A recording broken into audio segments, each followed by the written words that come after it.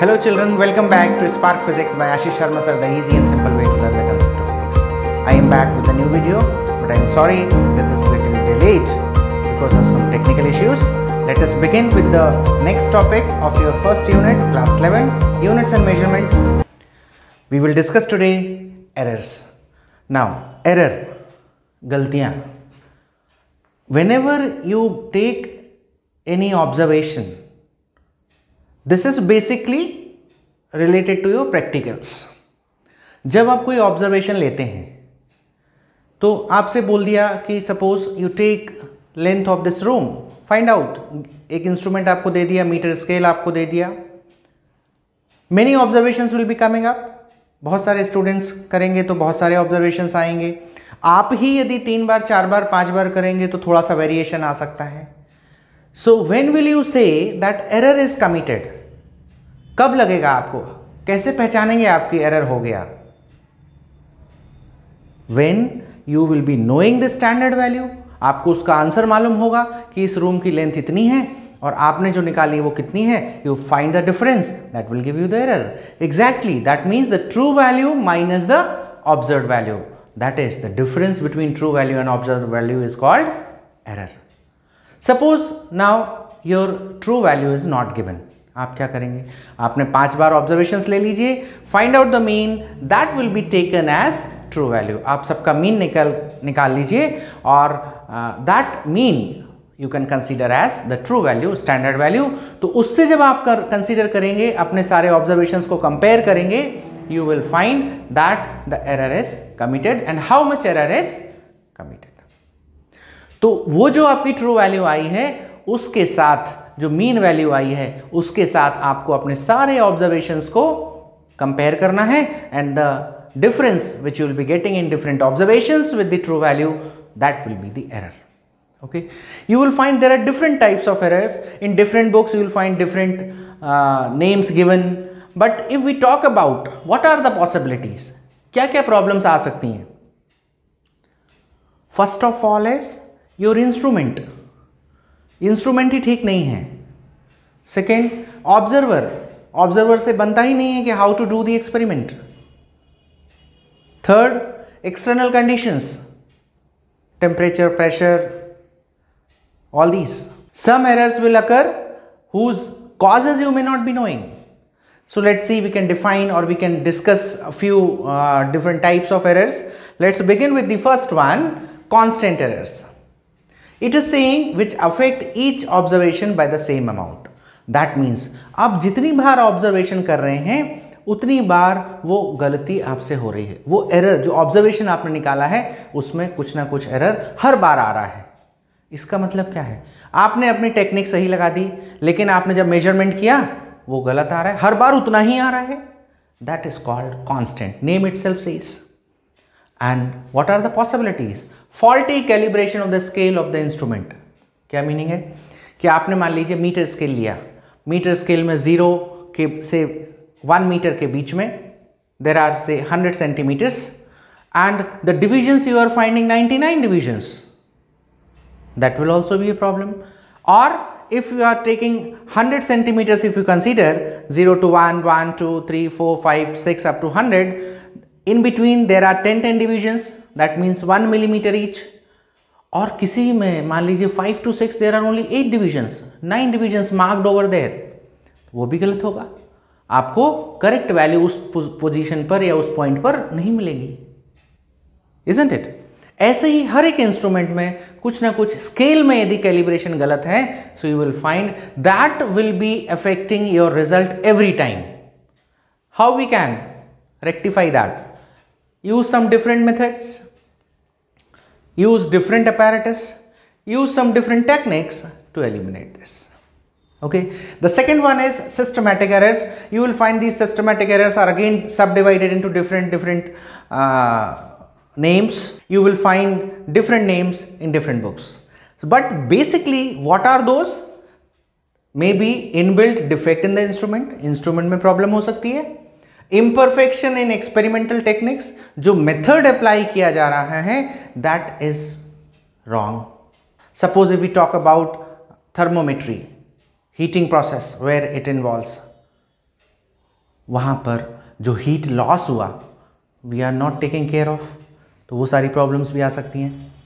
Personal हो सकता है, individual bias, lack of proper setting of the instrument, ये भी अगेन इंडिविजुअल्स प्रॉब्लम हो गई। ऑब्जर्वर जो एरर कर रहा है that is coming under this. External causes, हमने आपको बोला your may be having different pressure temperature पर अलग अलग वैल्यूज आती होंगी, तो उसके लिए आपको क्या करना पड़ेगा, कोशिश ये करना है कि at the every time you do the experiment the conditions, physical conditions remains the same. Least count error, what do you mean by least count? It is the minimum value which an instrument can measure. जैसे आपके पास जो compass scale होता है that is how much I think say 10 centimeters, 0 to 1 10 divisions, 1 to 2 10 divisions. That means if 0 to 1 there are 10 divisions, the minimum value which it can read is not 0, वही तो नहीं बोलना है आपको, that is 1 millimeter or 0.1 centimeter. That is the least count. तो जितना small least count होगा उतना एक्यूरेट आपका रिजल्ट आएगा। क्यों? क्योंकि उतनी small values you can read. यदि वही चीज हम 0 to 1 सेंटीमीटर के बीच में 5 डिविजन्स केवल कर दें तो that gap will be more, और वो सेपरेशन जब ज़्यादा रहेगा 2 डिवीजन के बीच में, और बीच में यदि आपका पॉइंटर कहीं आ गया, कोई स्केल आपने कोई मेजरमेंट कर रहे हैं वो बीच में आ रहा है, आप उसको क्या लोगे, आप बोलोगे थोड़ा आधे के इधर है तो इधर वाला ले लेते हैं, थोड़ा उधर की तरफ है तो हम सेकंड डिवीजन ले लेते हैं या थर्ड डिवीजन ले लेते हैं। That creates the problem, that is the error. The next which we have is random error. In random error this you will find the name itself says it occurs irregularly. आपको कई बार पता नहीं चलेगा कि वो क्यों हो रहा है। Variation in attentiveness of the observer, that means when you take the observations you will find कभी आपने ध्यान कंसंट्रेट नहीं किया, if you are lacking the concentration तो आपका टेक्निक्स जो हैं, जो मेथड है दैट में चेंज, आपके ऑब्जर्वेशंस विल चेंज। क्या करें? We will be taking suppose 5 observations, 10 observations and we will take उसका मीन ले लेंगे and you will get the result. Gross error, carelessness of the observer, improper adjustment of the instrument and there is no correction made for this. gross error मतलब क्या है कि instrument की problem हो सकती है, ऑब्जर्वर की प्रॉब्लम हो सकती है, और कोई हमारे पास फैसिलिटी नहीं है कि वी कैन करेक्ट दिस, और we can say this is something mistake, we can say gross error is the mistake done by the observer mainly, right? So these are the few basic types of errors which you should understand. Now we will deal with how we can find the correct value of any observations, right? That we will see in the next slide. So now we will take few more errors where we will be solving some questions also. As I told you, how to express, कैसे express करेंगे जो हमारा result आएगा, देखते हैं। Suppose we take A1, A2 dash AN be the observation. So many observations, 10 observations हैं, 5 observations हैं, 100 observations हैं, we are taking n observations. तो उसका मीन वैल्यू कितना होगा? क्योंकि हमको ट्रू वैल्यू हमने कहा कि जरूरी नहीं है कि आपको मालूम होगा, तो for finding its mean value we will be just adding those and divided by number of observations. This will give you the mean value. Now absolute error. Absolute error is the magnitude of the difference between true value of the quantity and measured value. जो आपने हर एक observations निकाले हैं उसको आप mean value से minus कीजिए और उसका फिर magnitude. Why I am saying magnitude? यहां पर क्या होगा, आपके कुछ ऑब्जर्वेशंस ऐसे होंगे जो ट्रू वैल्यू से या मीन वैल्यू से कम आए होंगे, और कुछ ऑब्जर्वेशंस ऐसे होंगे जो मीन वैल्यू आपने निकाली उससे ज़्यादा होंगे। तो जब आप डिफरेंस निकालेंगे तो that result will come in minus also, उसके हम पॉजिटिव वैल्यूज लेंगे, that is called absolute error. You see here we represented by del, triangle वाला del, A1 is equal to mean value minus first observations, del A2 will be mean value minus second observations, और उसका magnitude लेना है, मतलब positive value लेना है, इसलिए हमने उसमें मैग्नीट्यूड्स लगा दिए, right? This is absolute error. देखिए बहुत ही आसान है, हम एक न्यूमेरिकल भी सॉल्व करने वाले हैं। Mean absolute error, mean absolute error में क्या होगा? अरिथमेटिक मीन, देखिए मीन लिखा हुआ है, मीन एब्सोल्यूट, आपने एब्सोल्यूट एरर निकाल दिया, उसका मीन लेना है, del A1 plus del A2 plus del AN upon n। ये देखिए सारे जो आपने एब्सोल्यूट एरर्स निकाले थे उसका हमने मीन ले लिया, that is mean absolute error. तो आपकी जो ऑब्जर्व्ड वैल्यू होगी उसको कैसे लिखेंगे, इसका मतलब वो कैसी होना चाहिए, ये जो आपकी ट्रू वैल्यू है उससे देखिए mean value minus del A and plus del A, मतलब इनके बीच में ही आएगी वो रेंज प्लस माइनस।